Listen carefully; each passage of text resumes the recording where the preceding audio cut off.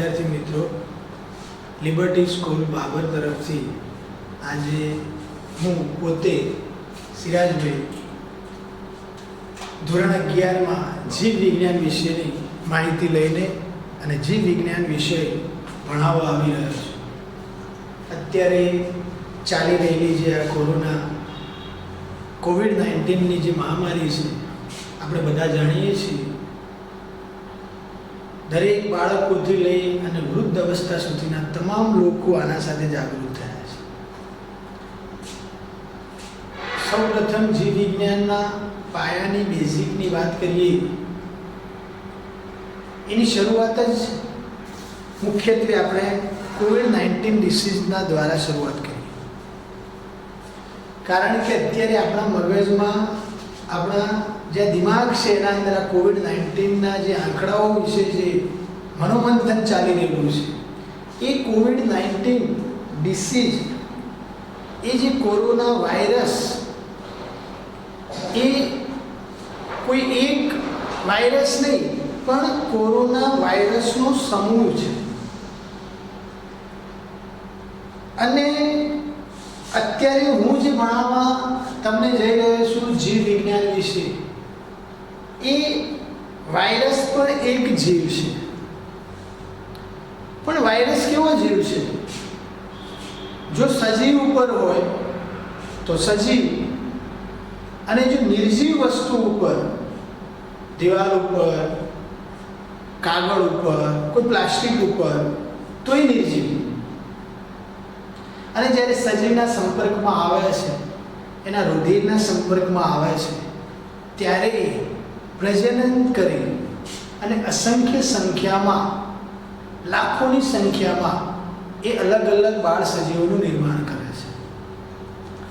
આ કોરોના વાયરસનું જે કુળ છે એ કોરોના વિરિડી નામનું કુળ છે. અને આ કોઈ નવો શોધાયેલો વાયરસ નથી. આ ઓલરેડી વર્ષોથી જે અન્ય વાયરસો આ પૃથ્વી પર વસે છે એમ પહેલાંથી આવેલો વાયરસ છે. 1960માં પણ જોવા મળ્યો હતો. એના પછી સાર્સ નામની જે ડિસીઝ ફેમસ થઈ હતી વિશ્વમાં, એમાં પણ કોરોનાની જ પ્રજાતિ હતી. પરંતુ આ વાયરસ મુખ્યત્વે એવા સજીવો, ઉદાહરણ તરીકે સ્તનધારીઓ અને પક્ષીઓ, એવા સજીવોમાં મુખ્યત્વે અસર કરે છે. અને આપણે હ્યુમન બીઇંગ્સ, મનુષ્ય પણ સ્તનધારી પ્રાણી છે. અને મુખ્યત્વે આ વાયરસ શ્વસન તંત્રને અસર કરતો વાયરસ છે, જે આપણા શરીરમાં મુખ્યત્વે ફેફસા ઉપર સીધી અસર કરે છે, આપણી શ્વસન ક્ષમતાને ઘટાડે છે અને આપણને બીમાર કરે છે. અહીં જીવ વિજ્ઞાનને આપણે સમજવાનું છે. તો શરૂઆત કરીએ કે આ પૃથ્વી, આ બ્રહ્માંડની વાત કરીએ તો આ બ્રહ્માંડમાં મુખ્યત્વે બે ભાગમાં વહેંચણી થયેલી છે. બે ભાગ સમજજો. આ બે ભાગ કયા? તો એક નિર્જીવ અને બીજો સજીવ. નિર્જીવ અને સજીવ. પણ નિર્જીવને સમજવા માટે રસાયણશાસ્ત્ર અને ભૌતિક શાસ્ત્રને સમજવું પડે. જ્યારે કે સજીવને સમજવા માટે જીવ વિજ્ઞાન એટલે કે જીવશાસ્ત્રને સમજવું પડે. કારણ કે આ જે વિજ્ઞાન છે એ નિર્જીવ સાથેનું વિજ્ઞાન છે.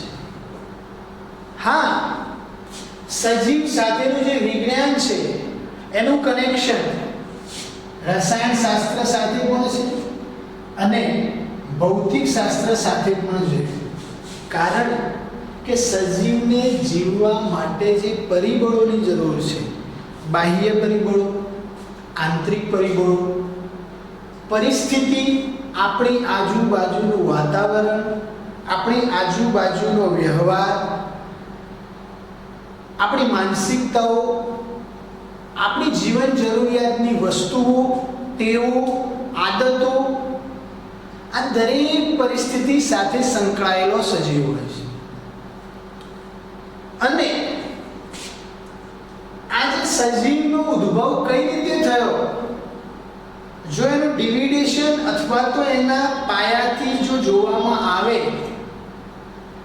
તો વૈજ્ઞાનિકોના આધારે, એમના રિસર્ચના આધારે એવું કહી શકાય, આપણા જુદા જુદા ધર્મના આધારે, જુદી જુદી સંસ્કૃતિના આધારે જુદી જુદી માન્યતાઓ છે.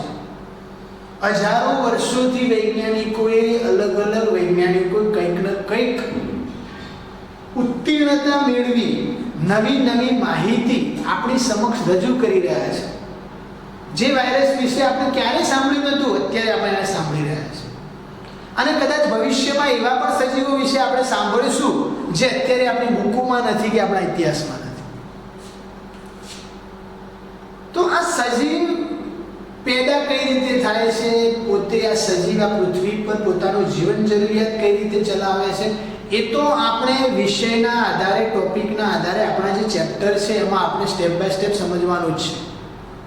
પણ એનો બેઝિક પાયો જે આપણે સમજવાનો છે, જીવ વિજ્ઞાનની શરૂઆત કરું એના પહેલા તમે ધોરણ 10માંથી ભણેલા અને ત્યાં તમે 3 વિજ્ઞાન સમજ્યા છો, રસાયણ વિજ્ઞાનના ચેપ્ટરો સમજ્યા છો, ભૌતિક વિજ્ઞાનના ચેપ્ટરો સમજ્યા છો અને તમે એક જીવ વિજ્ઞાનના ચેપ્ટરો સમજ્યા છો. આ ત્રણેય ચેપ્ટર એ એક લિંકમાં જોડાયેલા ભાગ છે.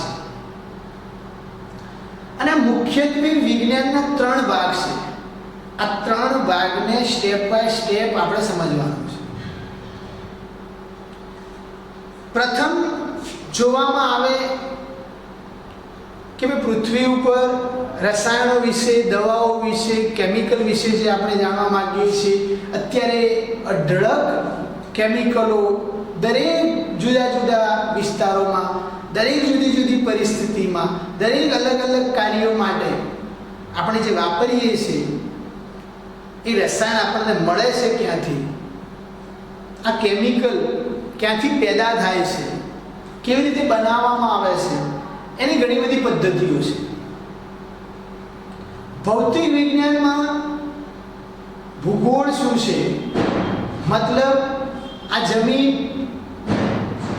આપણા બ્રહ્માંડમાં રહેલો ચંદ્ર, સૂર્ય, અંતર કેટલું છે, શું છે, આ કણો શું છે, જમીનના કણો શું છે, ગતિ કેવી કરે છે, એનું વજન કેવું છે, એનું કદ કેવું છે, કયું બળ લાગે છે. તો અહીં રસાયણ આ દરેક વસ્તુઓ અને સજીવ કઈ વસ્તુઓથી બનેલો છે, આ વિજ્ઞાનમાં કયા હિસ્સાનો સજીવ ભાગ છે, આપણે કોના દ્વારા જીવી શકીએ છીએ. સજીવની જ વાત કરીએ, પરંતુ જીવવા માટે આપણે હવા જોઈએ છીએ, જે આપણને ભૌતિક વિજ્ઞાન સમજાવે છે. સજીવની વાત કરીએ, ફળ જે મળે છે, ખોરાક જે મળે છે, એ ખોરાકમાં જે પ્રોટીન છે, જે રસાયણો છે, જે કાર્બોદિત છે, જે ચરબી છે, જે ન્યુક્લિક એસિડ છે, આ બધા દ્રવ્યોનું બંધારણ જો ચેક કરવામાં આવે તો એ બંધારણમાં રસાયણશાસ્ત્ર છે. એનો મતલબ કે પૃથ્વીનો જ્યારથી પણ ઉદ્ભવ થયો 5,000 મિલિયન વર્ષો પહેલા આજે પૃથ્વીનો ઉદ્ભવ થયો, શરૂઆતથી સજીવનો ઉદ્ભવ કેવી રીતે થયો એના લગતી માહિતી, એના લગતું પ્રકરણ ધોરણ 12માં આપણે શોર્ટમાં, આને સમજવું તો બહુ વિશાળ વસ્તુ છે, પણ શોર્ટમાં આપણને સમજણ આપી છે. અને કોઈ એવું લેક્ચર આવશે જેમાં આપણે ઇન્ટ્રોડક્શન રૂપે એની સમજણ લેશું ધોરણ 11માં. પણ અત્યારે સમજવાની વસ્તુ છે કે સૌ પ્રથમ જે ઉદ્ભવ જીવનો થયો, પ્રથમ જીવ બન્યો, ત્યારે શું આટલું બહુકોષી આપણા જેવું શરીર હતું? આટલા વિશાળ કદના પ્રાણીઓ હતા? શું વિશાળ કદના આટલા વૃક્ષો હતા? ઉદ્ભવ ક્યાંથી થયો? જમીન ઉપર સીધું પેદા થયું કે સૌ પ્રથમ પાણીમાં ઉદ્ભવ થયો? કારણ કે આ પૃથ્વીની વાત કરીએ તો એના ઉપર જે પરિસ્થિતિ જોવા મળે છે સજીવને જીવવા માટેનું જે સ્થળ જોવા મળે છે, યા તો પાણી જોવા મળે છે, યા તો સ્થળ જોવા મળે છે, તો કઈ પરિસ્થિતિમાં કઈ જગ્યાએથી કેવી રીતે ઉદ્ભવ થયો? શું આ ચક્ર જે ચાલે છે, હવાનું ચક્ર ચાલે છે, એ હવાનું ચક્ર સાથે સજીવનો શું મેળ છે? કાર્બન ચક્ર ચાલે છે, ફોસ્ફરસ ચક્ર ચાલે છે, આ જુદા જુદા નાઇટ્રોજન ચક્ર ચાલે છે, આના સાથે કેટલો સુમેળ ધરાવે છે સજીવ? તો એ માહિતી આપણે સમજવાની છે કે નાનામાં નાના કોઈ કણની વાત કરવામાં આવે પૃથ્વી ઉપર કે ભાઈ સૂક્ષ્મ જીવ કરતા પણ નાનો કોઈ કણની વાત કરવામાં આવે તો આપણે સીધી અસર જાય કે ઉપરમાં.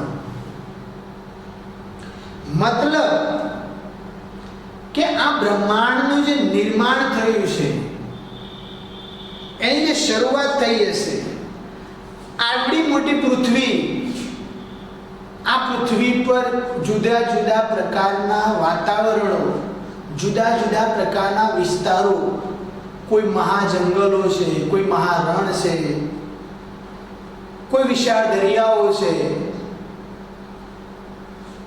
અને સાથે સાથે સજીવો વિશાળ કદના, નાનાથી લઈ મોટા સુધી. ધોરણ 10 માં તમે ભણ્યા કે સૂક્ષ્મ જીવોથી માંડીને આવૃત બીજધારી વનસ્પતિ સૃષ્ટિના સજીવો, એટલે કે સૂક્ષ્મ જીવોમાં બેક્ટેરિયા આવી જાય, અન્ય બીજા જીવ આવી જાય, વાયરસ આવે, લાઇકેન્સ આવે, લીલ આવે, ફૂગ આવે, એકાંગી વનસ્પતિ, દ્વિઅંગી વનસ્પતિ, ત્રિઅંગી વનસ્પતિ, અનાવૃત બીજધારી વનસ્પતિ અને આવૃત બીજધારી વનસ્પતિ. આ ટોટલી વનસ્પતિ સૃષ્ટિના સજીવો જે તમે ક્યાંક ને ક્યાંક ધોરણ 10 માં અથવા તો કોઈ બીજી જગ્યાએ તમે એને જાણતા હશો. શોર્ટમાં તમે એની માહિતી તમારા પાસેની માહિતી હશે અને જરૂરી છે, કારણ કે જો જીવ વિજ્ઞાનને સમજવું હોય તો આપણી પાસે બેઝિક પૂર્વોત્તર જે નોલેજ છે એ આપણી પાસે હોવું જોઈએ. બીજી મહત્વની બાબત એ છે કે સજીવોની વાત કરીએ એમાં એક સૃષ્ટિ પ્રાણીની સૃષ્ટિ છે.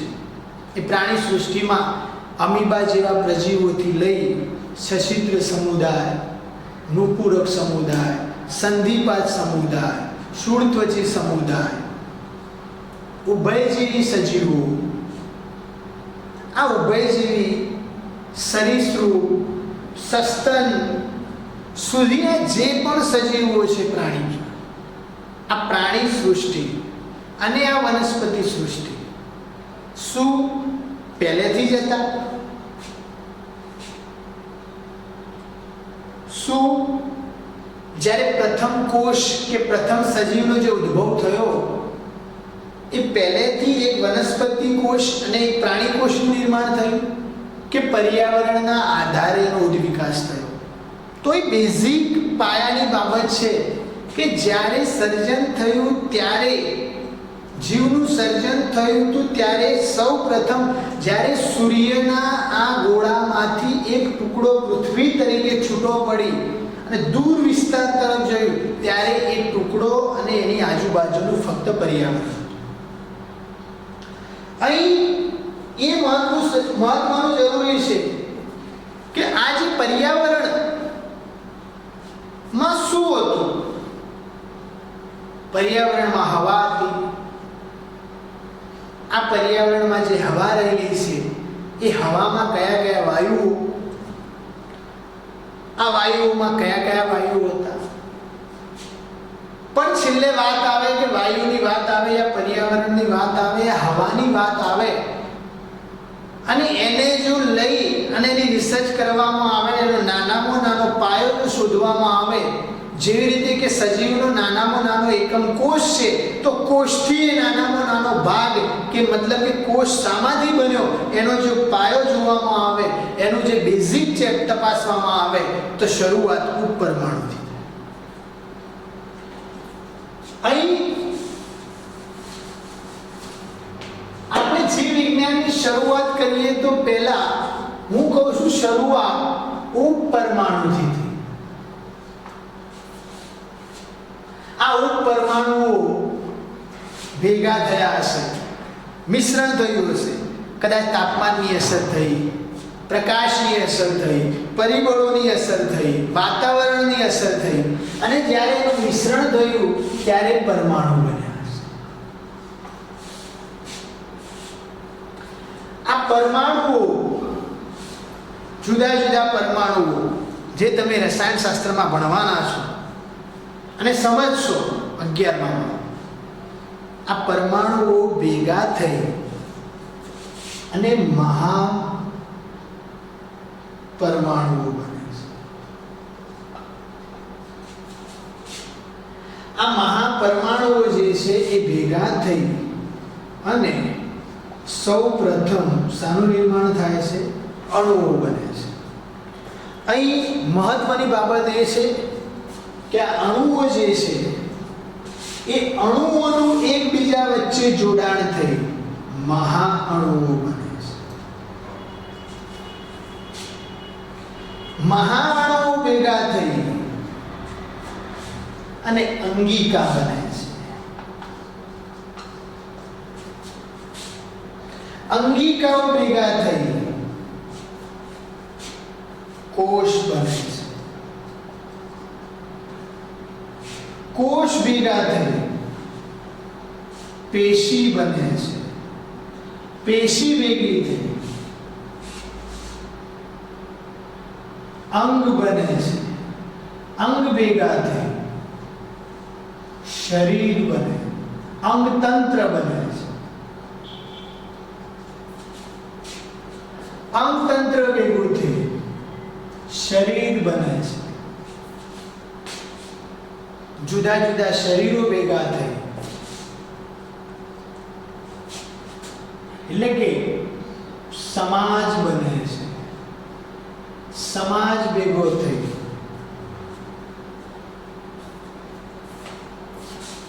નિવસન તંત્રનું નિર્માણ કરે છે. નિવસન તંત્ર જીવ સૃષ્ટિનું નિર્માણ કરે છે અને જીવ સૃષ્ટિ પછી ગેલેક્સી એટલે કે છેલ્લે બ્રહ્માંડનું નિર્માણ થાય છે. અહીં મહત્વની બાબત એ છે કે જ્યારે પરમાણુની વાત કરીએ, મહાઅણુઓની વાત કરીએ, ત્યાં સુધી જે વિજ્ઞાન છે, સાયન્સ છે, એ રસાયણશાસ્ત્ર છે.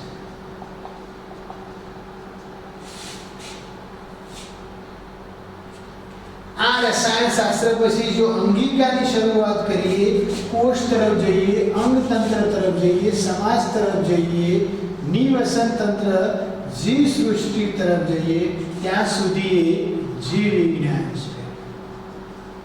અને પછી એની સાથે સંકળાયેલા નિવસન તંત્રમાં સજીવ પ્લસ એટલે કે એમાં નિર્જીવ બંને મળી, સજીવો અને એની આજુબાજુનું પર્યાવરણ મળી અને નિવસન તંત્રનું નિર્માણ થાય છે અને આખા જે બ્રહ્માંડનું નિર્માણ થાય છે એ ભૌતિક વિજ્ઞાન છે. અહીં આપણે મહત્વની બાબત એ છે કે ત્રણેય વિજ્ઞાનને એકબીજા સાથે મળી અને એકબીજા સાથે જોડી અને એકબીજા સાથે એનું સંકલન કરી જો સમજવામાં આવે તો આપણને વિજ્ઞાન સમજમાં આવી જાય, મતલબ કે સાયન્સ ધોરણ 11 સમજમાં આવી જાય. અને આ પાયો છે, પાયાને સમજવો બહુ જરૂરી છે. તમે આગળ ધોરણ 12માં આવશો, કોલેજમાં જઈશો, ત્યારે તમારી ડિપાર્ટમેન્ટ આવશે, ત્યારે તમારા અલગ અલગ હિસ્સામાં જેની સ્ટડી કરવી છે એને સ્પેશિયાલિટી આવશે. પણ 11-12 એ તમને ત્રણેય વિજ્ઞાનનું નોલેજ આપે છે. 11-12 તમારે ભવિષ્યમાં ક્યાં જઈને ઊભું રહેવું છે, કઈ પરિસ્થિતિમાં તમે કઈ પોસ્ટ ઉપર ઊભા રહેશો, કેવું જીવન જીવશો, એ જીવન જીવવા માટે શરૂઆતી જે અભ્યાસ છે, જે પાયો છે, જેને જાણવો જરૂરી છે, એ તમને ધોરણ 11 અને 12 સમજાવે છે. અહીં મહત્વની બાબત એ છે કે આ જે સર્જન થયું પૃથ્વીનું, વૈજ્ઞાનિકો રિસર્ચ કરી રહ્યા છે કે કદાચ ચંદ્ર ઉપર જીવન જીવવા મળે કે નહીં, કદાચ મંગળ ગ્રહ ઉપર આપણે જીવન ટકાવી શકીએ કે નહીં. અઢળક પ્રયત્નો કરે છે. અને આ ટેકનોલોજીના યુગમાં જો સાયન્સ વિજ્ઞાન શબ્દને મતલબ કે વિવિધતાઓના જ્ઞાનને સાથે રાખી અને જો સમાજમાં જીવન જીવવામાં આવશે તો ભવિષ્યની આ ટેકનોલોજીના યુગમાં ટકવા માટે આપણે સક્ષમ બનશું. અત્યારે જો આપણી પાસે બેઝિક નોલેજ નહીં હોય તો લોકો સાથે જીવવું, હળી મળવું, આ કોમ્પિટિશનના યુગમાં એક સિટીમાંથી બીજા શહેરમાં જઈ અને વસવાટ કરવો, અનુકૂલન સાધવું, એ અનુકૂલન ત્યારે સાધી શકીશું કે આપણે આપણા સજીવને, આપણા શરીરને ભિન્નતાની સાથે ડાળી દઈએ. આ ભિન્નતા શું છે એ હું તમને આગળના લેક્ચરમાં સમજાવતો રહીશ. અહીં મહત્વની બાબત એ છે કે આ ત્રણેય વિજ્ઞાન મળી અને આપણે બાયોલોજીને સમજવાનું છે. અત્યારે જે આ પણ ચાલી રહ્યું છે, અત્યારે તમે જે પણ સાંભળી રહ્યા છો, તમારે કાને સવારે ઉઠો અને જે પણ પ્રશ્ન ઊભો થાય છે આ ડિસીઝ વિશે, આ કોવિડ-19 વિશે, કે આ મહામારી વિશે, એના અસરો વિશે, આ બધું જે વિજ્ઞાન છે. અત્યારે જેટલા પણ વૈજ્ઞાનિકો, ડોક્ટરો, આરોગ્ય ખાતું જે અત્યારે લોકો ઉપર રિસર્ચોમાં, દવાઓ બનાવવામાં જે પણ જાણી રહ્યા છે, એમાં જીવ વિજ્ઞાન અને રસાયણ શાસ્ત્ર બંને સાથે મળે છે. અને એમાં વપરાતા સાધનો ભૌતિક વિજ્ઞાન સાથે જોડાય છે. મતલબ ત્રણેય વિજ્ઞાન સિવાય આ મહામારીથી બચવાનો કોઈ ઉપાય જ નથી. અહીં મહત્વની બાબત એ છે કે મારે તમને રસાયણ શાસ્ત્ર કે ભૌતિક વિજ્ઞાનને સમજાવવાનું કામ અથવા તો વિષય મારો નથી. એ વિષય ભણાવવાળા જે પણ સાહેબ છે, ભૌતિક વિજ્ઞાનના જે પણ સાહેબ છે, અલ્પેશભાઈ સર અથવા તો બીજા સાહેબ છે, આપણે કેમિસ્ટ્રી નીતિભાઈ છે, એ તમને સમજાવશે. અહીં આપણે જીવ વિજ્ઞાન વિશે સમજવાનું છે. તો આ શબ્દને સમજી લઈએ. બાયો એટલે સજીવ અને લોજી એટલે અભ્યાસ.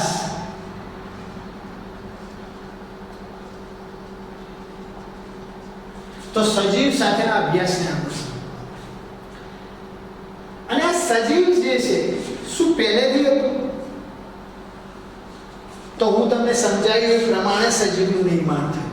પહેલેથી નહોતો, ધીમે ધીમે એના દરુદ વિકાસ થતો ગયો, ઉત્ક્રાંતિ આવતી ગઈ, પેઢી જ્યારે એક વખત કોષ બન્યો અને કોષમાં બે ભાગ પડ્યા. તમે ધોરણ 10માં ભણ્યા છો, આદિ કોષ કેન્દ્રીય કોષ અને સુકોષ કેન્દ્રીય કોષ.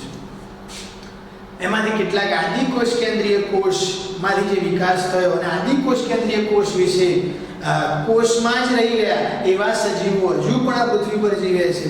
અને જે કોષોમાં ઉદ્વિકાસ થયો, ભિન્નતા આવી, લક્ષણો બદલાયા, જનીન બદલાયા, જનીનિક ભિન્નતા આવી, વારસો ચેન્જ થયો, આ દરેક સજીવોનો ઉદ્વિકાસ થતો થતો અત્યારે વિશાળ કદના, વિશાળકાય પ્રાણીઓ અને વનસ્પતિઓમાં અહીં સજીવને સમજવો હોય તો આપણે એટલું જાણીએ છીએ કે આપણા શરીરને જો સમજી લઈએ તો ઓટોમેટિક જીવ વિજ્ઞાન સમજમાં આવે. વનસ્પતિ તો પછીની વસ્તુ છે. પહેલા આપણે આપણા શરીરને, આપણા શરીરના અંગોને, આપણું શરીર કઈ રીતે કામ કરે છે, કુદરતની આ કમાલ તો જુઓ. કુદરતે જે આપણા શરીરમાં જે અદ્ભુત ક્રિયાઓ, જે મશીનરી બનાવી છે, એની તરફ તમે એક વખત ધ્યાન લઈ અને વિચારી જુઓ કે અંદર કેવી કેવી અજાયબી.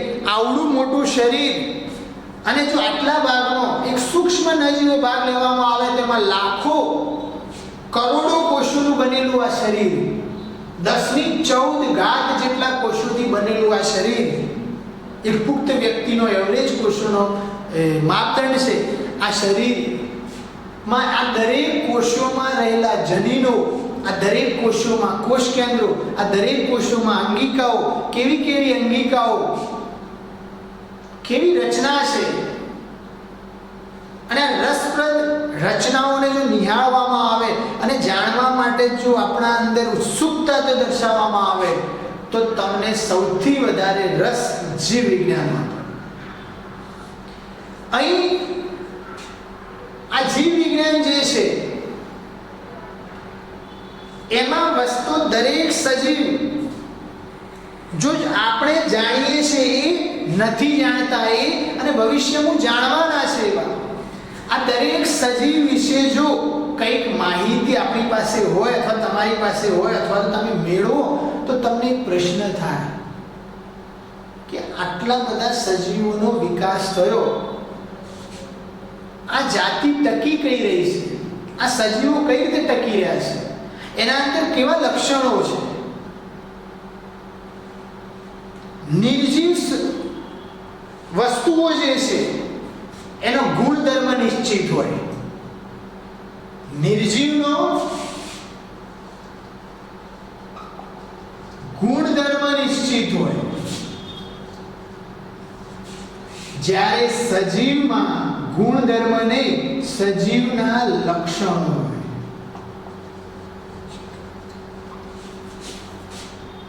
નિર્જીવના ગુણધર્મ નિશ્ચિત હોય જ્યારે સજીવના લક્ષણો નિશ્ચિત હોય અને આ લક્ષણો સાથે સજીવો ગુણો ધરાવે છે. સજીવ ચાલે છે, સજીવ દોડે છે, સજીવ ક્રિયાઓ કરે છે, સજીવ ખાય છે, સજીવ પોષણ મેળવે છે, સજીવ ચયાપચય ક્રિયાઓ કરે છે, દેહધાર્મિક ક્રિયાઓ કરે છે, વૃદ્ધિ કરે છે, કદ વધે છે, વિકાસ થાય છે, સમજ શક્તિ વધે છે, ભિન્નતા આવે છે, બદલાવ આવે છે, વિકાસ થાય છે, સંગઠન કરે છે. એક કોષથી લઈ શરીર સુધીની રચના થાય છે, શરીરથી લઈ સમાજ સુધીની રચના બનાવે છે, સમાજથી લઈ નિવસન તંત્ર સુધીની રચના બનાવે. સજીવો અને પર્યાવરણ વચ્ચેનો સુમેળ કેવો છે, સજીવો અને પર્યાવરણ સાથે મળી કઈ રીતે જીવે છે, કયું પરિબળ કેવી રીતે અસર કરે છે, તાપમાનની અસર સજીવ સાથે કેવી છે, પ્રકાશની અસર સજીવ સાથે કેવી છે, પાણીની અસર સજીવ સાથે કેવી છે, જીવન શક્ય છે કે નહીં પાણી વગર, જીવન શક્ય છે કે નહીં હવા વગર. આ દરેક પરિસ્થિતિને ધ્યાનમાં લઈ અને જો સમજવામાં આવે તો જ આપણે સજીવ શું છે આ પ્રશ્નનો જવાબ સમજી શકીએ. અહીં મહત્વનું બાબત એ છે કે હું તમારી સામે આ પેનનું ઉદાહરણ આપું તો પેન કેવી છે તો ફિક્સ છે કે પેનના ગુણધર્મ આવા હોય, પેન આવી જ હોય, આટલા કદની છે, આ ફિક્સ છે, એના અંદર આટલા કણો છે, આનું બનેલું છે, આ પોલિમર છે કે આ આની છે. જ્યારે સજીવની વાત કરવામાં આવે તો એનો ગુણધર્મ હોય નહીં, કારણ કે સજીવમાં દરેક કોષ જીવંત છે, દરેક અંગિકા જીવંત છે, દરેક પેશી જીવંત છે, દરેક અંગ જીવંત છે, એનું શરીર જીવંત છે, એનું અંગતંત્ર જીવંત છે. અને આ ભગવાને આપણને જે રચના આપી છે એ રચનાને નિહાળી જુઓ અને આ રચનામાં ખોરાક મેળવવાનું અલગ તંત્ર, શ્વસન કરવાનું અલગ તંત્ર, પ્રજનન કરવાનું અલગ તંત્ર, બંધારણને જાળવી રાખવાનું અલગ તંત્ર, બોલવા માટે અલગ તંત્ર, સમજવા માટે અલગ તંત્ર, પ્રજનન કરવા માટે અલગ તંત્ર, હલનચલન કરવા માટે અલગ તંત્ર, જોવા માટે, સાંભળવા માટે, સૂંઘવા માટે, બોલવા માટે. આ આપણા શરીરમાં રહેલી રચનાઓ ને સમજવા માટે જીવ વિજ્ઞાનને સમજવું જરૂરી છે. અને આપણે બધું જ સમજવાનું છે, પણ ધીમે ધીમે સ્ટેપ બાય સ્ટેપ ઉતાવળ કર્યા વગર આપણે સમજવાનું છે કોઈ ચિંતા કર્યા વગર હું એવું માનું છું કે જીવ વિજ્ઞાન જો દરેક વ્યક્તિ એના ખુદના શરીરને જાણી લે તો સૌથી ઈઝી વિજ્ઞાન જ હશે. તો આગળ હજુ પાયાનું ઘણું બધું બેઝિક બાકી છે. હજુ ઘણી બધી માહિતી મારે તમને આપવાની બાકી છે. અને આ માહિતી સાથે ફરીથી આગામી નેક્સ્ટ લેક્ચરમાં હું તમારી સામે રજૂ થઈશ. અસ્તુ.